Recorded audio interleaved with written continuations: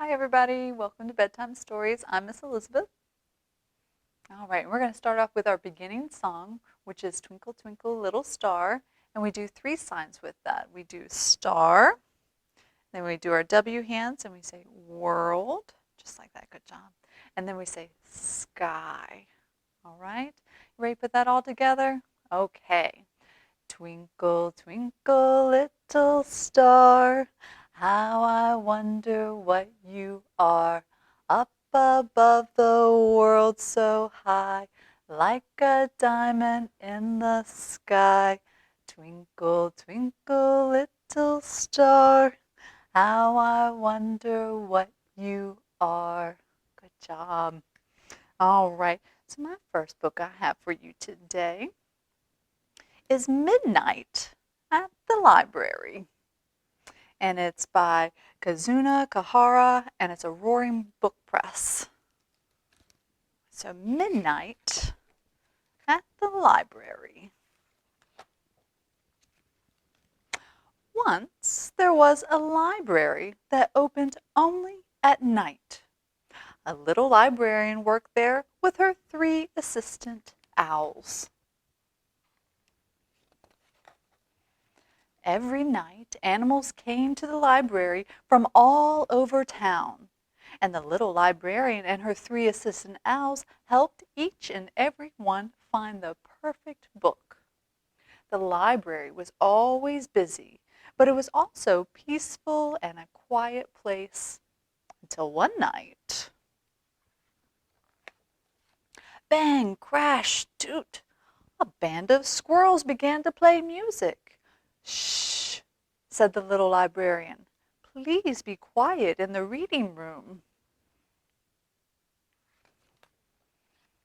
We're sorry, said the squirrels, but we're trying to find a good song for our next concert. Then follow me, said the little librarian, and she showed the squirrels to the activity room.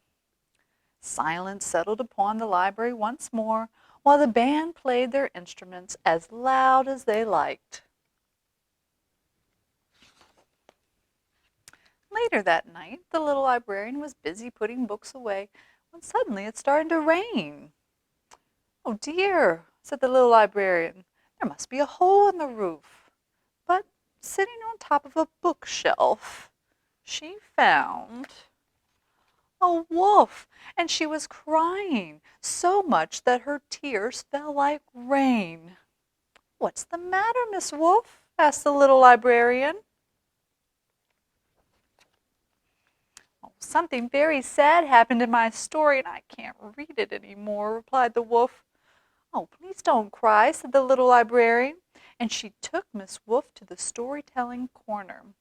They read the book together until gradually the wolf began to smile. The librarian and her assistants knew the story had a very happy ending. Ding, ding, the bell rang out as the sun came up. It was time for everyone to go home. One by one, the animals left the midnight library, all except one new visitor. A tortoise. He was reading slowly in a corner, and he would not move. I must stay until I finish reading this book, said the tortoise.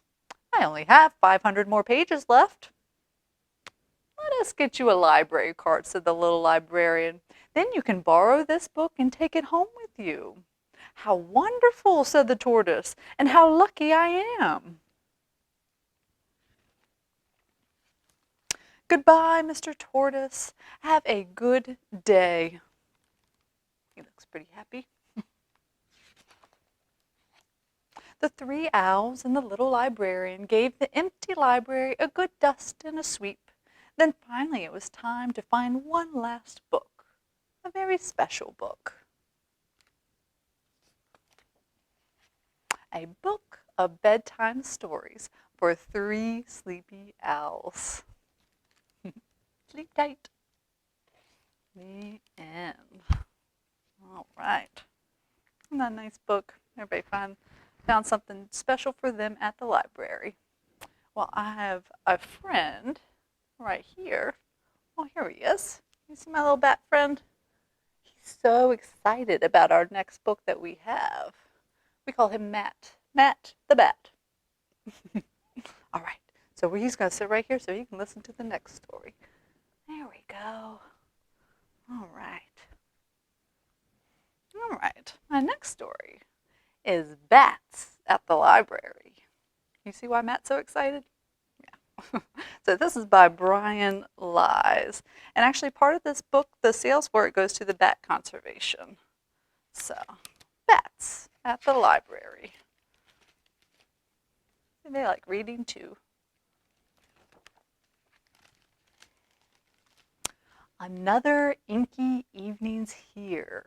The air is cool and calm and clear.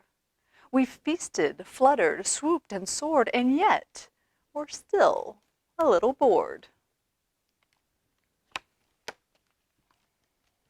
All this sameness leaves us blue and makes us ache for something new. Then word spreads quickly from afar. A window has been left ajar. Can it be true? Oh, can it be? Yes. Bat night at the library. The sky is lively as we race together toward our favorite place. Eager wings beat autumn air. Look, that's it. We're almost there. Then squeezed together wing to wing, we rocket through the opening. We've waited for this night all year, but this is it. At last, we're here. For most old bats, this isn't new. They've got lots of things to do. They'll flutter off and lose themselves among the books lined up on the shelves.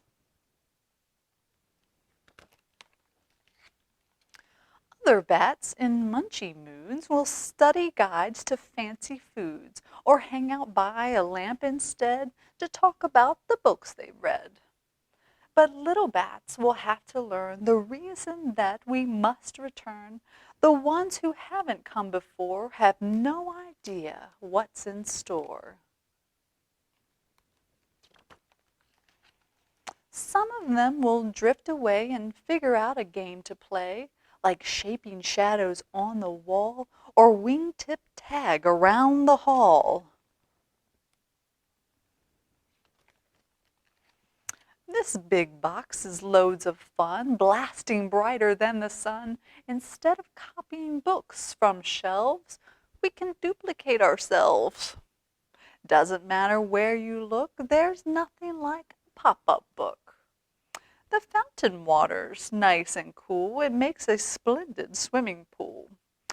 Please keep it down. You must behave. The library is not your cave.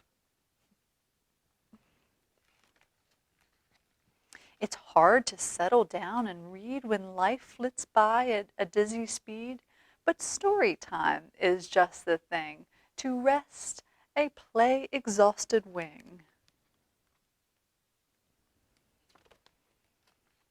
And if we listen, we will hear some distant voices drawing near. Louder, louder, louder still, they coax and pull us in until everyone, old bat or pup, has been completely swallowed up and lives inside a book instead of simply hearing something read.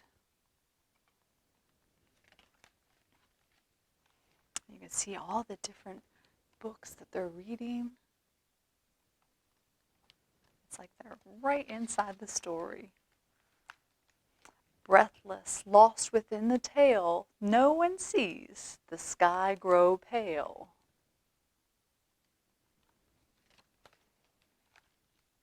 What is that light? A lamp? The moon?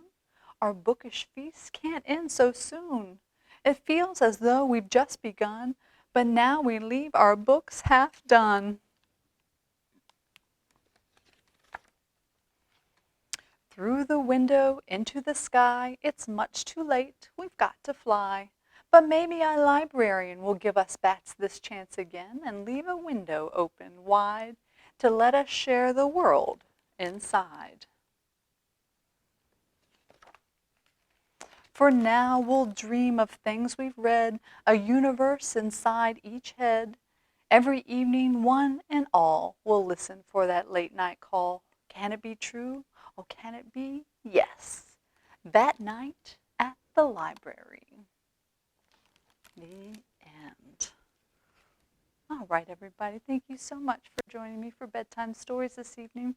I hope your dreams are as sweet as you are. Good night.